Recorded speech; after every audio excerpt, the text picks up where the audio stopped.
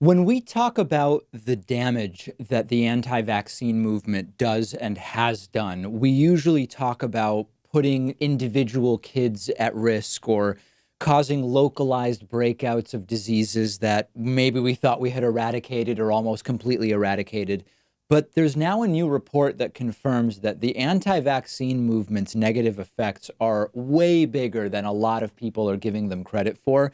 The anti vaccine movement has actually undone decades of progress in disease prevention, and it's truly disgusting. This is one of those kooky movements that is actually really damaging and threatening to human health. Flat eartherism. We've talked about flat eartherism before.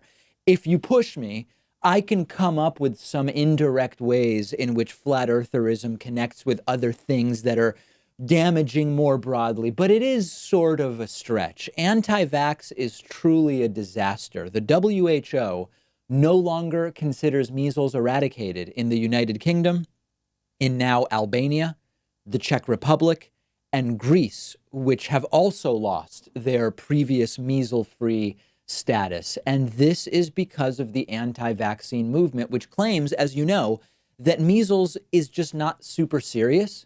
It's not that common. Most people don't die of it. So therefore, it's not necessary to be vaccinated against measles. And of course, what they fail to understand with that, they might call it logic, but it's really the opposite, is that because of vaccines over the last 50 years, measles is not very prevalent. And that is because the measles vaccine has been so effective. Remember that measles used to kill more than 2.5 million people per year in the early 1960s, right before the measles vaccine was introduced. And this has actually happened because this has gone beyond just people on the internet repeating the nonsense.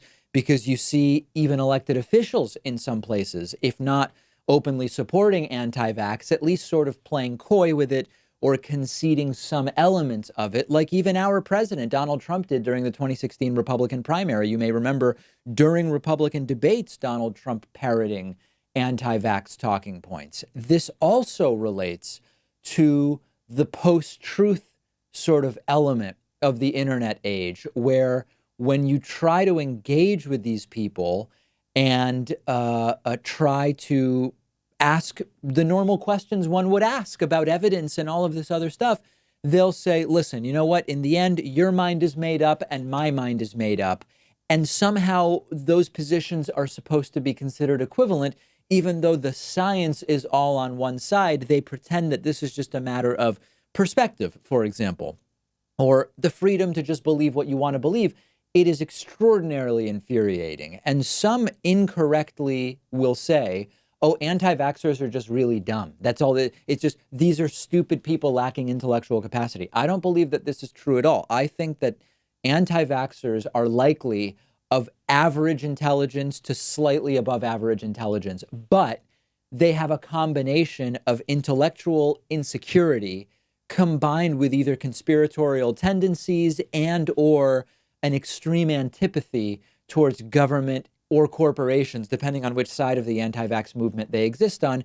And it becomes sort of a perfect storm for getting pulled down or going down the rabbit hole, combined, by the way, with living in a time where, thanks to vaccines, there are way fewer issues with many conditions, which unfortunately just reinforces this idea that vaccines are not only bad and harmful, but potentially completely unnecessary. And then on the back end, this lends itself to massive propaganda efforts. We talked about how Russian trolls and these disinformation campaigns took advantage of trying to foment racial unrest by using targeted social media posts in places where there have been issues like in Ferguson, Missouri, or in Baltimore, already racial issues often involving police.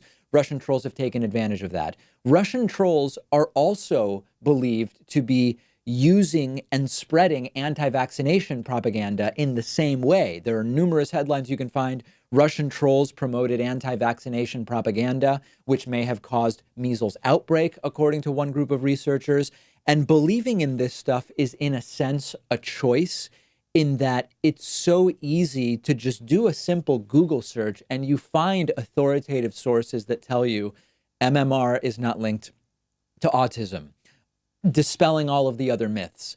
So it lends itself to propagandization by adversaries in the exact same way that Russia has tried and succeeded in fomenting racial unrest through their social media campaigns. This is really bad stuff. And most of the people in the movement don't understand the role that they are playing and the importance of this in connecting to so many of these other movements, which I think they would probably be fighting against if they understood the interrelatedness. So this is really bad.